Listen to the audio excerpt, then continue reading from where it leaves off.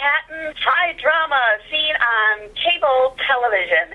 And you're listening to Days Gone By with David Lefkowitz on UNC Radio, you lucky people. Happy 20th anniversary. No, not for Dave's Gone By. We're only in our 14th or 15th year now. But to Eva Heinemann, who has been hosting her theater review program, High Drama, on Manhattan Cable TV for 20 years now. You can see it every other Saturday at 1:30 in the afternoon Eastern Time, so that'd be 11:30 our time. You can even stream it, though, anywhere at MNN.org, Manhattan Neighborhood Network, MNN.org. So what Eva does on High Drama is she reviews theater, usually with co-hosts or some guests that she reviews with. Since she sees all the shows on, off, and off Broadway, it is always a delight to have the lively and fun and smart Eva Heinemann with us in the neighborhood, here to talk about the Tonys. Welcome back, Eva.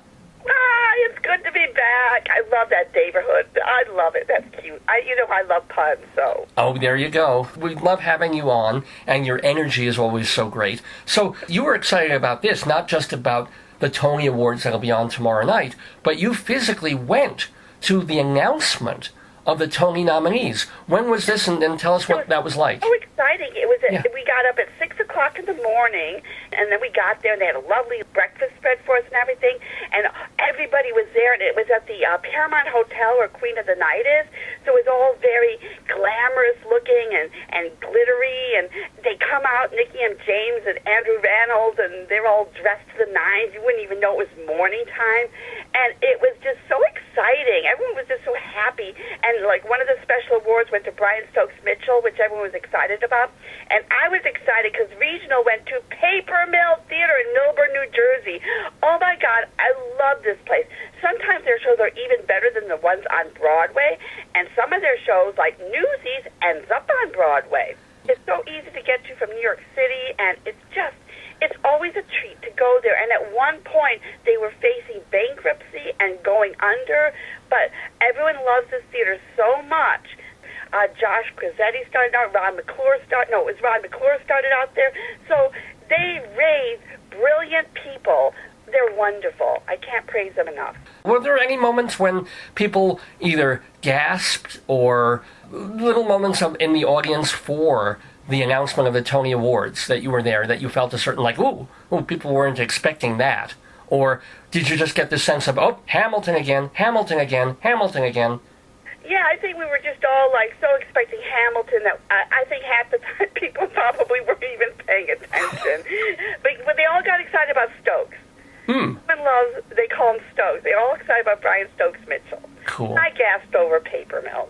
Nice. Well, let us all gasp together over our category here that Eva will talk about with us. It's Best Leading Actor in a Play. The nominees are Gabriel Byrne in Long Day's Journey into Night, Jeff Daniels for Blackbird, Frank Langella in The Father, Tim Piggott-Smith for King Charles III, and Mark Strong, the lead in A View from the Bridge. Eva, your thoughts? Well, this is an exciting category because they all deserve to be there, except one I'm just going to dismiss immediately. It's not his fault. Mark Strong was in the worst. I can't stand this director, Ivo Van Hove. He's like the flavor of the month. The Emperor is naked, guys. He is just vile and despicable, and we won't even go there because I will start to swear, and I don't want to do that, so just... Oh, my God. Now, hold on, Eva. Did you hate The Crucible as much as A View from the Bridge also? I couldn't even, at least at the Crucible, there was an intermission so I could walk out. Ooh. He has this horrible music underscoring the entire time that just, it's like chalk on a blackboard. So you can't listen to the play, you can't pay attention to what's going on. Your nerves are just so on edge from this horrible noise that won't go away.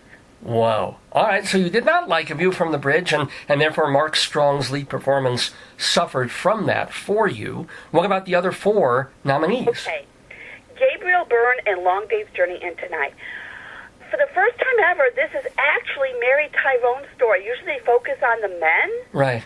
But this time, Jessica Lange just took over it. It was incredible. And I love the fact that they're all upset about her being a morphine addict while they're all alcoholics and chasing after whores.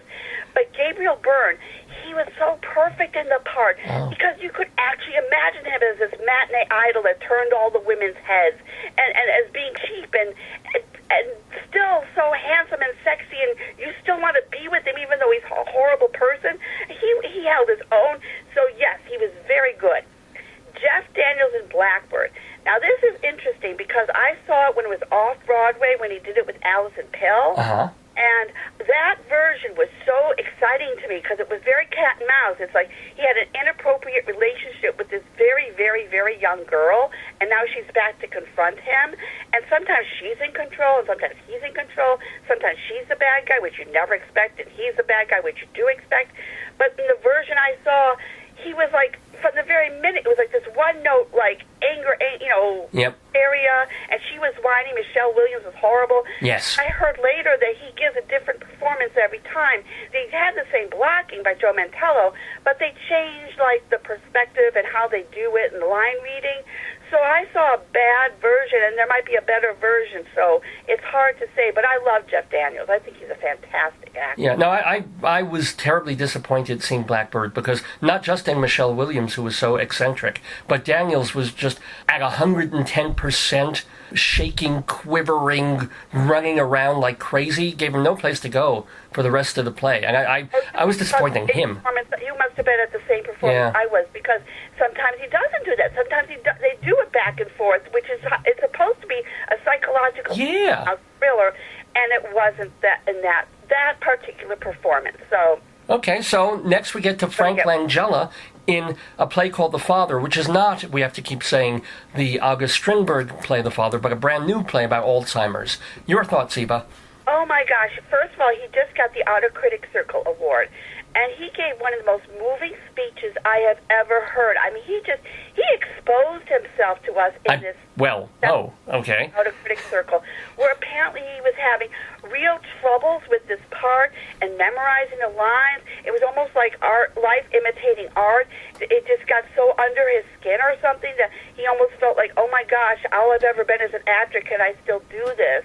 And so he had the same doubts as his character, and the way it was directed, you in the audience feel what he's going through, because the scenery changes and actors and actresses change and situations change, and you don't know if he's being gaslighted or what, and then you realize, oh my God, this is what Alzheimer actually feels like. And he wasn't the usual chewing of the scenery. He was this character. He was marvelous in this. Oh my gosh, he was amazing. Okay, all right. I think I'm sensing where you would vote if you were voting for the Tonys, but we still also have... No. We haven't talked about the final one. Tim Piggott-Smith. I'm putting my money... I mean, I don't know if the Tonys won't vote. This is who I would vote for. Tim Piggott-Smith. I think Frank Langella is going to win, quite frankly. But Tim Piggott-Smith in King Charles III, this play was a revelation. This play, everyone in New York knows about me. I absolutely hate Shakespeare. If Shakespeare were a good writer, this is what he would have written. It was unbelievable. And Tim Piggott-Smith as King Charles III, it was one of the most moving, riveting, incredible, grounded, fabulous performances I've ever seen. I love this play. I love the play that Kate and Edward, it's Edward, right? No, not Edward. The Prince Philip and then King Charles. Husband. Oh my God, I'm blanking. Harry's brother. I can't keep the royals straight. Oh my God, I am so thinking. I'm thinking of theater instead of history. Anyway, Kate and her, William, I think it is. There you go, William, yes.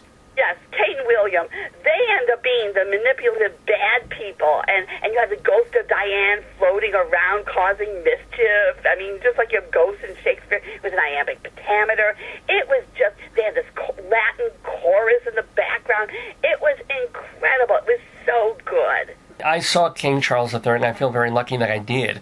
And there's no way that's going to beat The Humans for Best Play. And I haven't seen Eclipsed, but boy, oh boy, I would be very happy if it pulled off an upset and beat everything else. Because it's just a smart play in a Shakespearean style, just meaning that it had epic scale and scope, but you also felt bad for the characters themselves, personally. So you really got into it. And it's also the fact that he was defending the press that actually in real life just attacked him and killed his wife, basically, his ex-wife. In a manner of speaking, yeah. Not just the play itself, but you thought Tim Piggott-Smith was exceptional as Charles. Yes, everyone was exceptional, but he was and see, I love I love Charles II.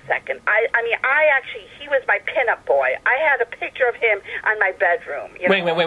Wait. When you say I love this guy anyway to begin with, so it's like that's why this play meant even more to me. This is getting weird now. Wait. You had a picture of who pinned up? Of Charles. Prince Charles. Yeah. Prince Charles. Okay. Never really saw him. Was he lying on a bearskin rug? Oh, no. He was wearing his kilt outside of Balmoral Castle with the dogs. It was a very princely picture. I'm sure. Okay. Alrighty. For him. Year after year, we learn more things about the people we talk to here in the neighborhood, and it's always a joy talking with Eva Heinemann. But before I let you go, gotta ask you, what was your favorite play or musical of the season, on or off, or even off Broadway? It's off-Broadway. It's at the Rattlesnake. It was done last summer. It was called The Undeniable Sound of Right Now. It's the only time I ever saw a play, and I thought, this deserves a Pulitzer Prize. Ooh. It was about this punk rock guy who owns a bar and how the DJs were slowly taking over. So it's like, even though punk rock, which is cutting edge, its technology was slowly going to take over and wipe out everything. It was just brilliant. Wow. And as far as musicals go, I think they were totally overlooked. Nobody paid attention to them. Was The Invisible Thread and Songbird. Where were those? Songbird was at 59 and 59th Street. Invisible Thread was second stage. So it sounds like you had a lot of good stuff to see this past season. Not to mention, thank you, by the way, for coming to my show, Miracle of Long John's, and giving me a pretty nice review about that. Much appreciated, Eva. Like I said, I enjoyed 2/3 of it, but we wish there were certain parts I couldn't enjoy. That's fair enough. That's fair. Well, I feel that way about almost everything in my life, so fair enough. Eva, always a joy. Remember, please, you can go to, by the way, Eva's Facebook page for her show, High Drama. It's facebook.com/High Dramas. You're going to put an S on the end of it there, /High Dramas, and watch High Drama on Manhattan Neighborhood Network every other Saturday at 1:30 in the afternoon Eastern Time. Eva, happy Tony Awards to you. Thank you so much once again for sharing that with us. Oh, absolutely. It was a pleasure.